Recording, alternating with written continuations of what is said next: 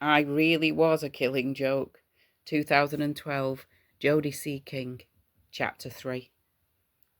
I'm standing here with robots in control of me and them, our uniformed gorillas, in patterns as they stand. I'm throwing myself into the center of a sun, with a whole new tribe of warriors. The racing has begun. I'm disgusted with your thoughts. I close my eyes. I can't hear you. There's an eagle sitting on his throne and he's dreaming of your tune. And he's pulling me and he's forcing you to notice all around. While the head boys want the androids, may the artist wear the crown. CEC, Teenage, written about the hacienda. Wake up and see you. Wake up and see through. Nighttime, the album, made it to number 11 in the UK charts, and Killing Joke were receiving a lot of attention from the music press in many parts of the world.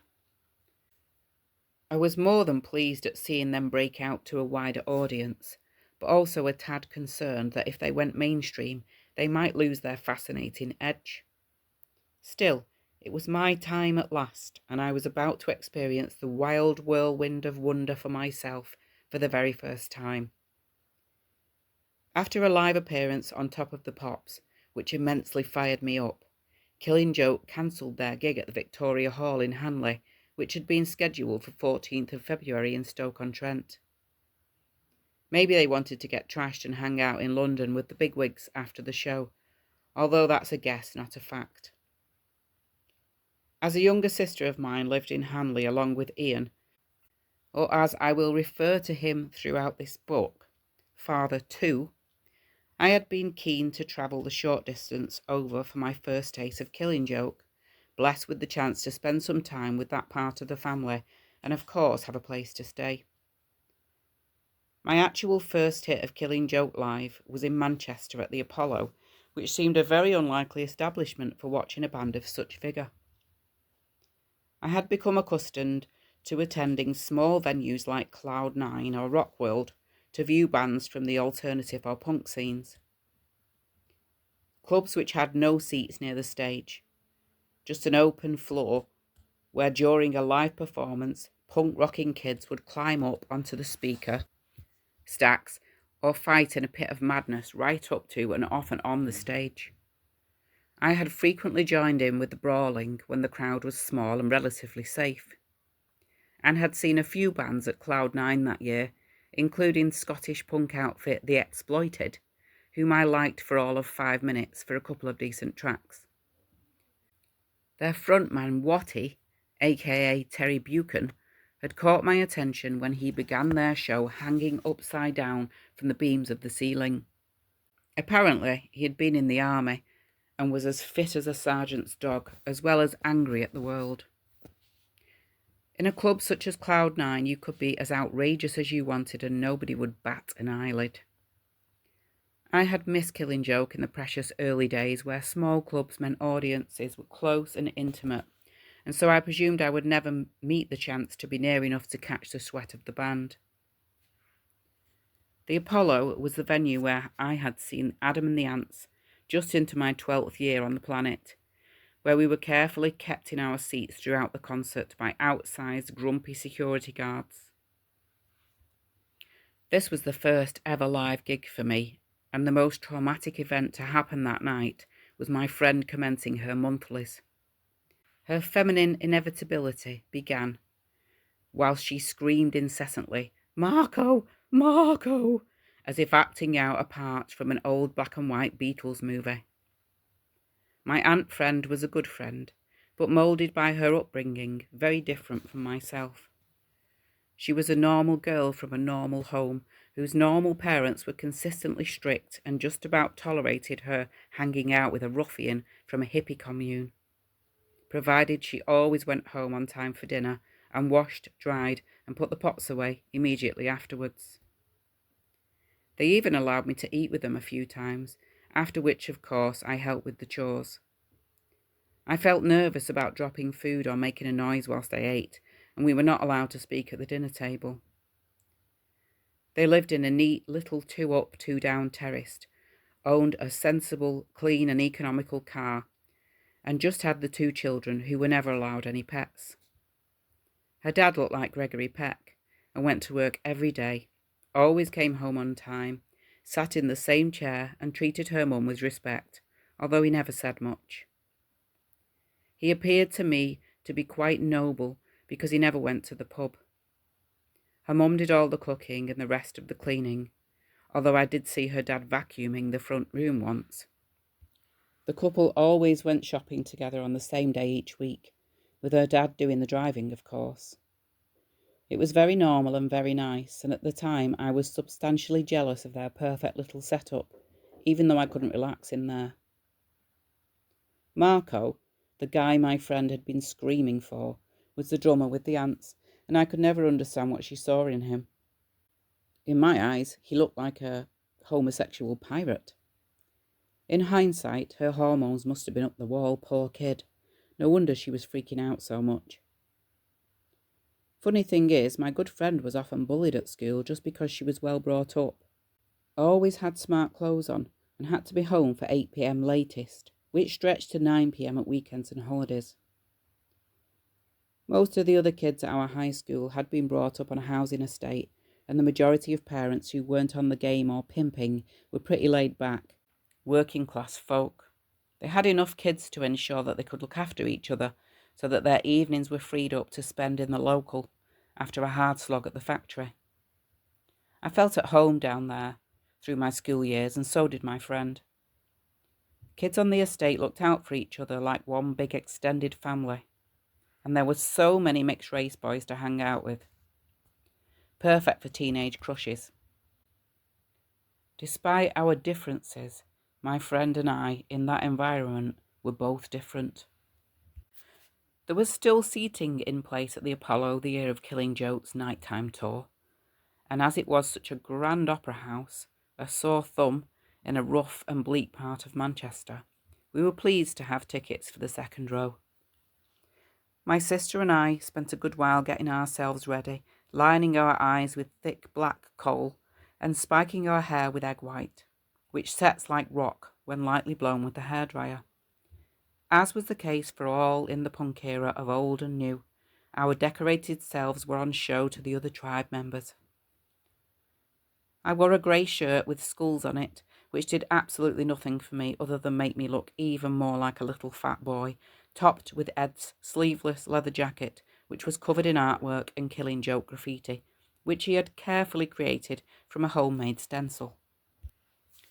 The Induna turned up in an animated state like I had never seen him before, poured us all a mix of Black Death super strong lager, white cider snakebite, and began to roll a batch of joints for the journey there. We wouldn't try to sneak either drugs or recording devices into the Apollo, as if caught this would mean an instant ban from the club. It just wasn't worth it. Ed would never compromise his live spectating, and having waited almost a year since my first hit of the joke, I was eager as a beaver building a dam after the rivers burst. I simply had to see the show. Merrily drunk and stoned on real old-fashioned gold seal black, our giddiness grew as the warm-up music slid into the air around us. The regular recording they played before the band came on stage was a strange, bagpipey-typey keyboard sound playing to the beatings of a hypnotic tribal drum, which I now know to be Alex Harvey, at a pitch that grabs your intestines and turns your heart upside down. Well, that's what it does to me, and by the reaction of the crowd, which was unexpectedly small considering the size of the venue, I guess it was the same for everybody present. The audience began to heave left and right as the musicians slowly made their way onto the stage. The atmosphere became tense and extreme, with electrically charged anticipation, as the man of darkness himself, heavily psyched up on some wildebeest energy, stepped into the lights and central view. Immediately the crowd lost all grace. The gathering of Belstaff-wearing weirdos, punks and goths seemed to forget they were in the Apollo, and free of inhibitions, they went wild, volatile. By the second song, the first 2 rows of seats had been ripped up from the secure bolts in the floor, and we were going down in a heaving sea of black jackets. I could hear my sister shouting out, and she and Ed were gripping tight to my arm in a bid to keep hold of me and prevent me from being lost under the mound.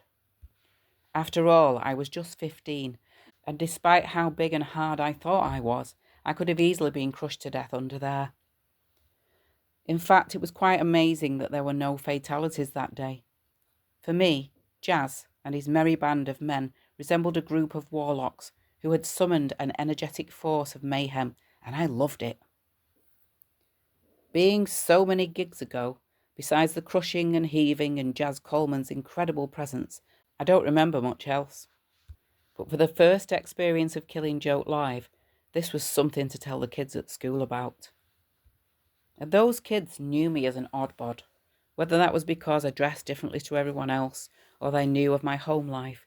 And for a few years I was bullied by the older girls, who would accuse me of doing the most ridiculous things so that they could ask me to meet them for a fight. I never got it, and I was scared of those big and very beautiful women of colour. However, once I caught up with them physically and learned to stand my ground, I became a bit of a top dog bully myself, as too an idiot and well-known class clown. My extracurricular activities, being able to make a joint, drive a car, rugby tackle a man, and get away with wagging it half the time, meant that I was in some way looked up to as a small-time daredevil.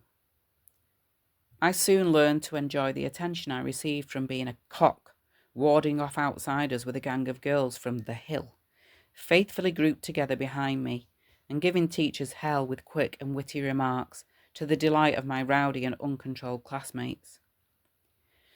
It had been a long, hard road for me to feel accepted, and I never appreciated at the time just how much the tables had turned for me, nor what an utter twat I was.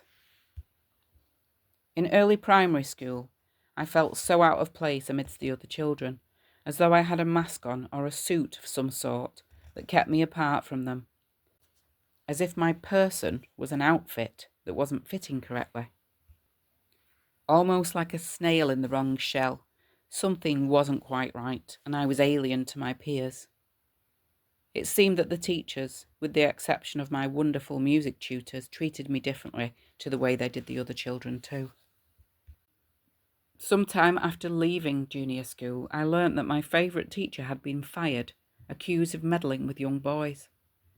I did not and do not think that that was true, and can only consider that on finding out that he was gay, i.e. different, the normal teachers wanted him out. I guess they saw my difference too, a difference that the gay teacher had respected me for, and thus tried to encourage. He was a strict man with little patience, who would throw music stands at people for hitting bum notes or playing out of time. He had prominent veins on both sides of his forehead that would pulse and swell when he got annoyed, and I often thought that they would burst when he was enraged. In a nice mood, he looked like Kenny Everett, and he never said a bad word to me anyway. A good job, as I was such a timid kid early on, I wouldn't have handled that anger directed my way. He upset me slightly, and only the once, by tapping me on the shoulder to remove me from the choir when I was 6. At the time, I thought he'd taken me out of the group because I was singing out of tune, when in fact it was because he wanted me for the recorder consort. I had a wild imagination, and on reading back some of the essays I wrote before the age of 10, I considered that I had a clear view of my own or others' past incarnations. I wrote an essay called A Mission to Death in Rio de Janeiro, where, climbing with a guide, I fell from a huge mountain, at which point the story ended with me waking up from a bad dream. I'd always been terrified of heights, and even after forcing myself in bungee balls and out of planes, I still was. I do feel that we carry our worst fears with us in transmigration. However, I did fall out of a tree when I was quite young too, hitting my head on the ground with a painful thud, with the mother landing on top of me after trying her best to break my fall. I like to believe that I know that we can access memories from past incarnations to assist us with the learning process and smooth out the karmic wheel. But neurosis can just as easily be caused by all that was put in place in our early childhood this lifetime.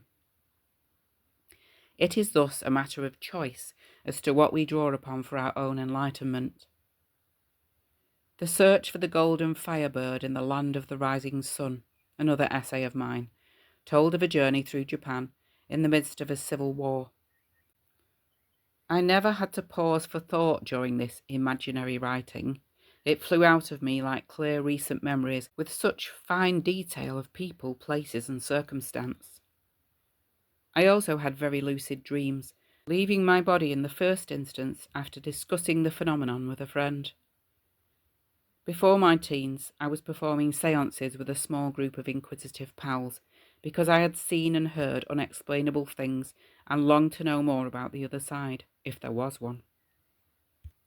I soon realised I was sensitive to and in tune with things that most people found weird, and became more deeply interested in the occult and astral realms, which in turn pushed me further away from the acceptance of normal society. However, at home I was surrounded by weird and wonderful elders, consisting of some eccentric characters of great esteem. One of whom, drummer Jack Housden, was a great fan of all philosophers and artistes with a difference, including Raphael, Crowley and Salvador Dali. He lived his life exactly the way he wanted to, regardless of outside judgments, existing happily as a practicing Buddhist, cum pagan, and open transvestite. He would play the drums wearing a little leather miniskirt, to the horror of the ladies in the audience, his giblets hanging out of his tiny knickers for all to see. I knew he was special, and my lovely Nana adored him. He was a bizarre and multifaceted guy, for whom the Dalai Lama made the journey to be by his bedside in our home village of Crumpsall shortly before his death. I owe a lot of my awakening to his wise words, eccentricities, and passed down books. And the best thing I ever learnt from him was that to live life to the full, we have to live utterly and completely in our own truth, without denying ourselves any part of who we really are. Having to avoid the I am here, I might add, still often more worried about upsetting other people, this is something she is still working on in her present incarnation. White witches, tea leaf readers, Taoists and yogis, Christians and Rastas also frequented the house, all of whom would openly share their interests with the mother, whilst the children were in the room. I spent more time being nosy than the rest of the collective youth, which might explain why none of them ever did show much interest in the spiritual realms. I had more often than not felt like the black sheep who needed to cast away. Books of all things bright and beautiful were left on the numerous shelves in the cooperatively run Victoria Mansion, from those who had been and gone, as well as those who remained. I was not big on reading full books as a child, but instead would like to practice intuiting a book call me from the shelf. I would then open it randomly, as if the book were choosing where, and read only what was on that page. The most significant line I think I ever read in this way was written by Carl Jung. Quote, "Willpower is formidable beyond any other force." End quote.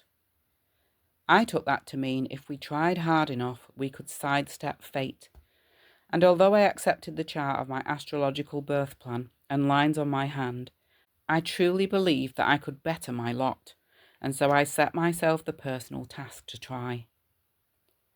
I was learning what I live with, and so that, combined with an open mind, meant I thought it the norm to practice rituals and try to contact the dead. In later years, however, I became increasingly unbalanced through the excessive use of drugs, alcohol, naive magic ritual, and major upheavals in my life. I began to experience frightening and uncontrollable journeys in the astral field. All I needed to do was talk, think, or read about something, and it would happen to me, and hanging around in dark places in such a vulnerable state, I was a sitting duck for spiritual latch-ons. On a positive note, I did also, and still do have, some of the most beautiful and precious moments of this life on the astral planes. So much so that it is sometimes a task for me not to prefer them to the experiences of the waking world. They are massively significant to where I have gone within my life, what I have learned, the person I have become, and in particular, my connection to Killing Joke. One night in my early teens, whilst in a lucid dream, I found myself catapulted along a thin grey corridor, eventually to be united with David Byrne of Talking Heads. We sat for a while. I told him it was great to meet him, that my sister was a big fan of his, but I was not quite sure where I was there. We had a long and profoundly philosophical conversation before I told Mr. Byrne I'd better go home, and fell into a deep sleep until morning.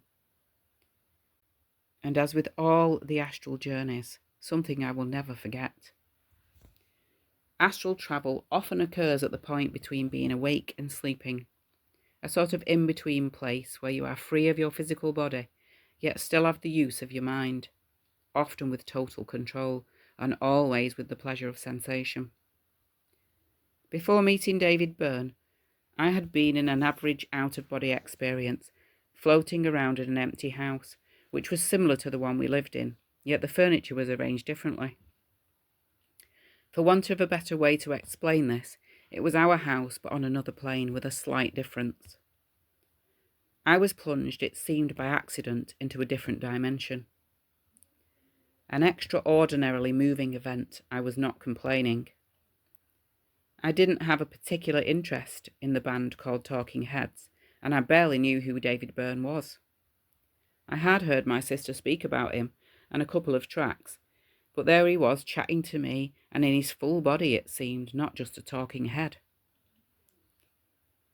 The date of the rearranged Hanley gig could not come soon enough. Father, too, and little Sis lived on a small estate which backed onto a modest piece of humanly tinkered with natural wonder named Forest Park.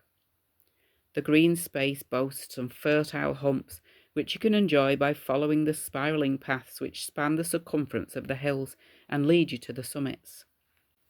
It's a place where I had spent many happy moments contemplating childish freedom with the family dog or riding the sisters' BMX. It is slightly thought-provoking, if you like looking into things too much, that the date I would have first seen Killing Joke had they not cancelled Hanley was the same date that my blood father, Father One, had given up the ghost 16 years earlier. During the ascension research I did in my early 30s, alongside the findings of some great seers, I had come to the conclusion that my own father could well have been my one true twin ray, my animus. That is, the other half of my whole being, of which only one physical sex can be in the world at any given time.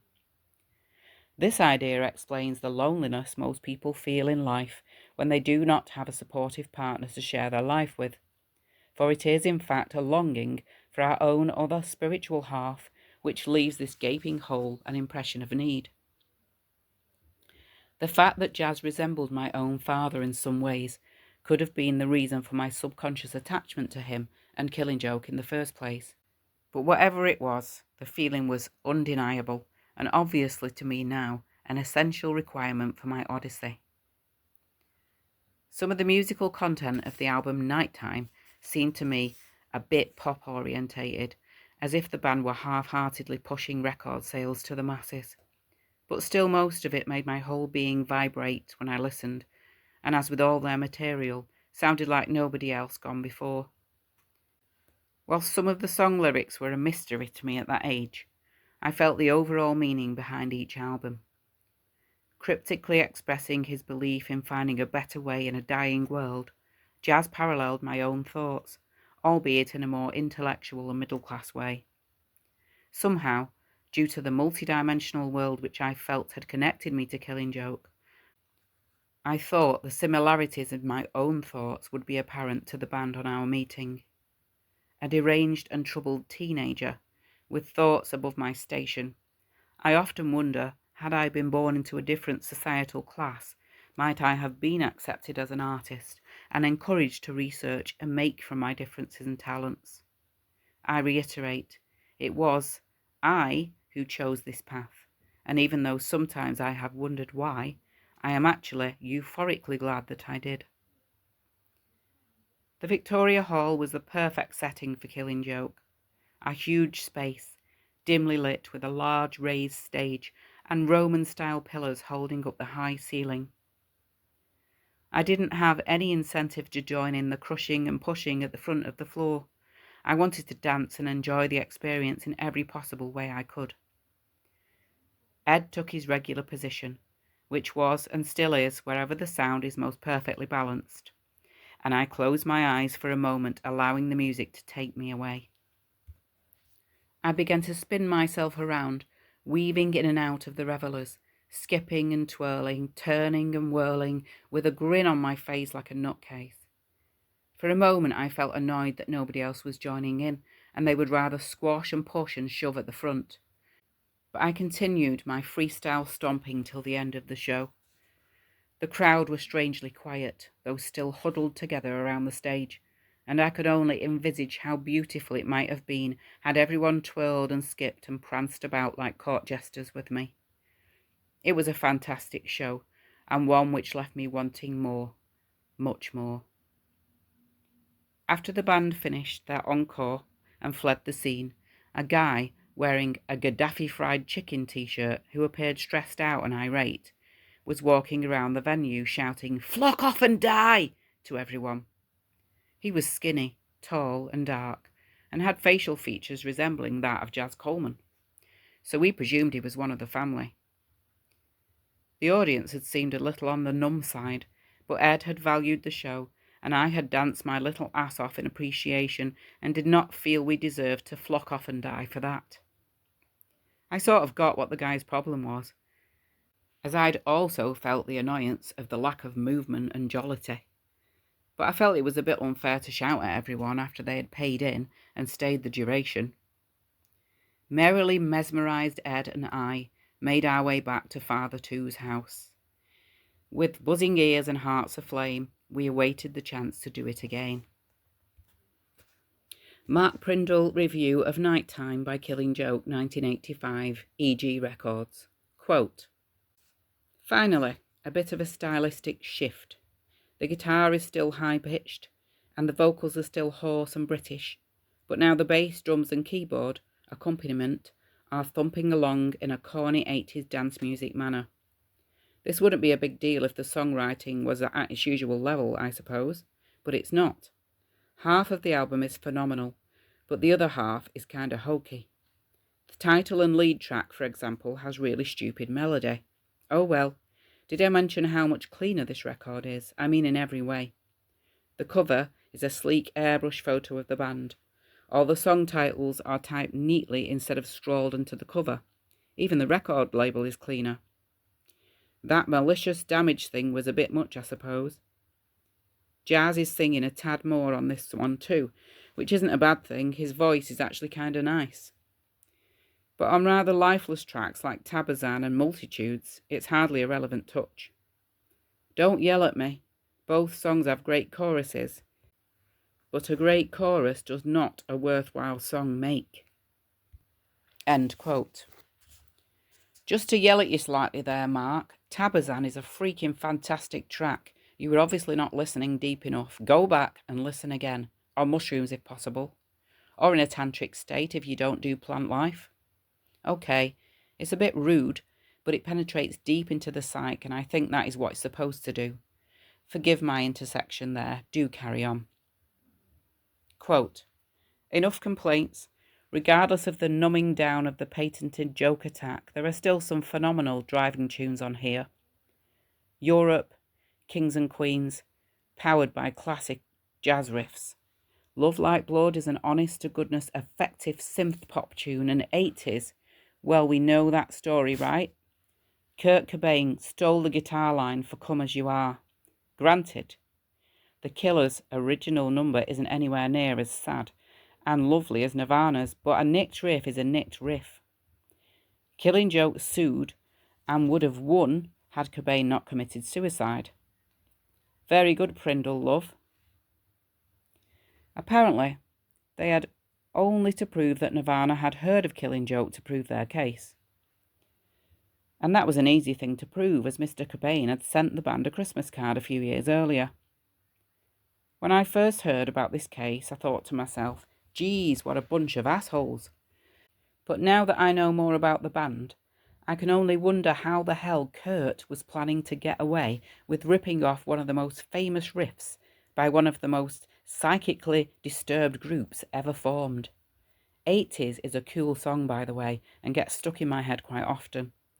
The album's main downfall is its corny 80s production.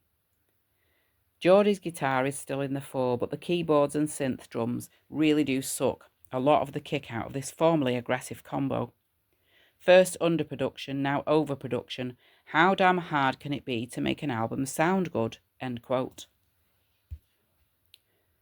We were first in the queue to meet Killing Joke the following day in a tiny record shop, which was situated in a small row of indoor shops in Hanley Town Centre. When the band turned up, with their gleaming energy and personas, I could barely contain myself. After looking through some classical dinosaur tapes, Jazz sat by the counter with a pile of albums next to him. I was clutching a cover of Nighttime, which Ed had pulled off the wall to get signed as we already had a copy back at home. Ed asked Jazz about playing the Apollo, and Jazz said they'd never play there again. But hey-ho, next year they were back. He also inquired about his fascination with Iceland, to which Jazz replied, "You must go there. If you dropped a bomb on the place, it wouldn't change a thing." I was a short, fat teenager, with a 3-inch Mohican at the time. One side of it I'd bleached completely white, and the other side I dyed jet black. I was showing my understanding of polarity, and of the paradox that I knew, whilst knowing nothing at all. Presuming Jazz was telepathic, I expected my mind, aura, and appearance to be enough for him to recognise me, although I had no idea why I wanted to be recognised by him, or even more nonsensically, where I thought I knew him from. Dumbstruck with excitement at getting so close to the creators of our spoilt child, I just about managed to speak as I passed the album cover to Jazz for signing. "Write something good on it," I squawked, from cartoon duck-like lips due to the size of my cheeks at the time. After a slight smirk and short stare from those frighteningly deep dark eyes, he asked, "What's your name?" and quickly wrote on the album, "To Claudine, Nighttime, Jazz Coleman." Thinking him ignorant, I gave him a teenage side-eye and threw out a stroppy tut, before passing the cover to Jodi, who seemed overly human in comparison. At first, I hadn't realised Jazz was just being astute, and of course, Nighttime was, and still is, something good.